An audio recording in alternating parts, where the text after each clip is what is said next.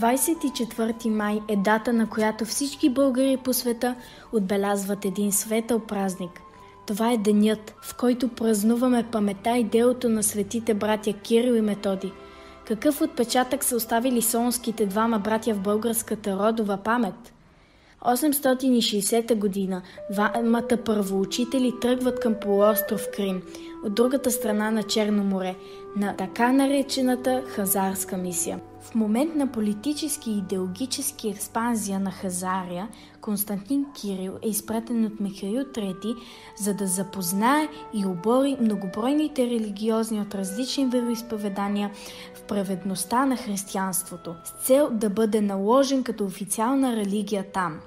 Именно на полуострова, на 30-я ден на месец януари, Кирил и Методий заедно с група монаси тръгват с пеене на псалми да търсят мощите на свети Климент Римски.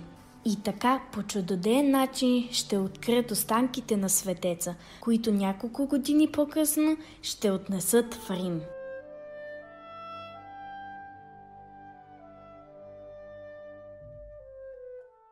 И така отидохме до щастливия полуостров. Заваля напоителен валеше дъжд. Изясно дойде от тегнещите небеса. Но ето изведнъж, с помощта на свети Климент, облаците се разпръснаха и луната стана светла.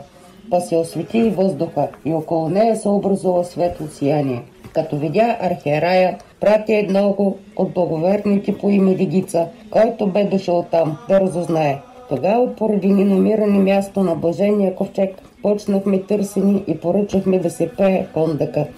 Изведнъж гъстите облаци, като заминаха към северната страна, откриха в замяна на тъмнотата ясно и прозрачно небе, за да помогне то със звездите си на очите да видят търсените мощи на свети Климент.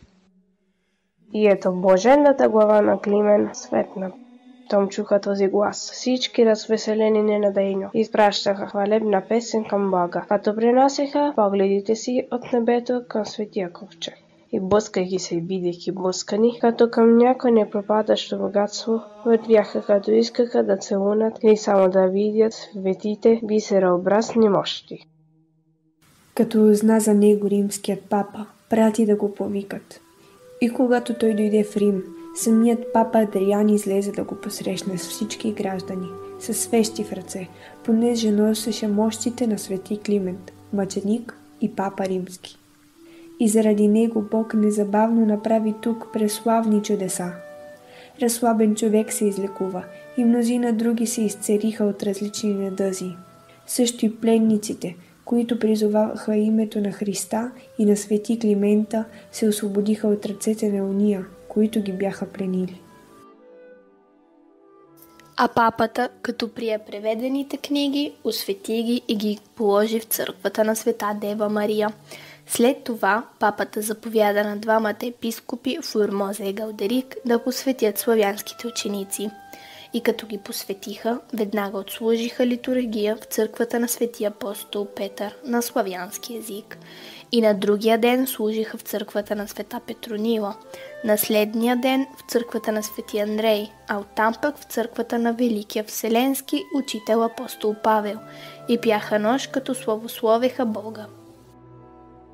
Както пише Методий, след много мъки и страдания Кирил се разболява, но някакво дивно видение го изпълнил с необикновена радост, така че сред болките си той започнал да пее псалмовския стих.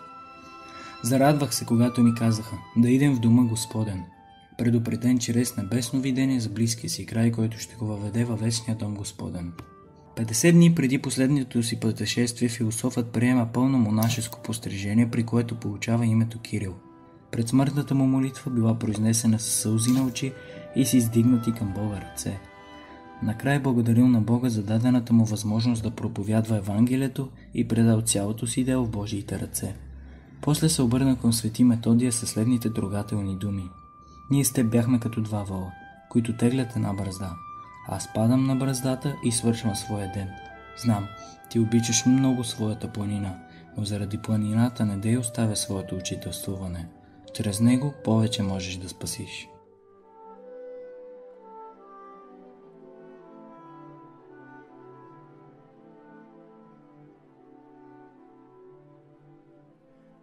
Умира на 14 февруари 869 година, на 42 годишна възраст. Погребан бил с големи почести, с каквито се погребват само папите, но не в папската гробница, както искал папа Адриан, а в базиликата на света Клемента Римски. На гроба на Кирил започнали да се случват много чудеса и римляните още повече взели да почитат починалият праведник. Преди славяните нямаха книги, но бидейки езичници, четяха и гадаха с черти и резки. Когато се кръстиха, бяха принудени да пишат славянската реч с римски и гръцки букви. Така беше много години.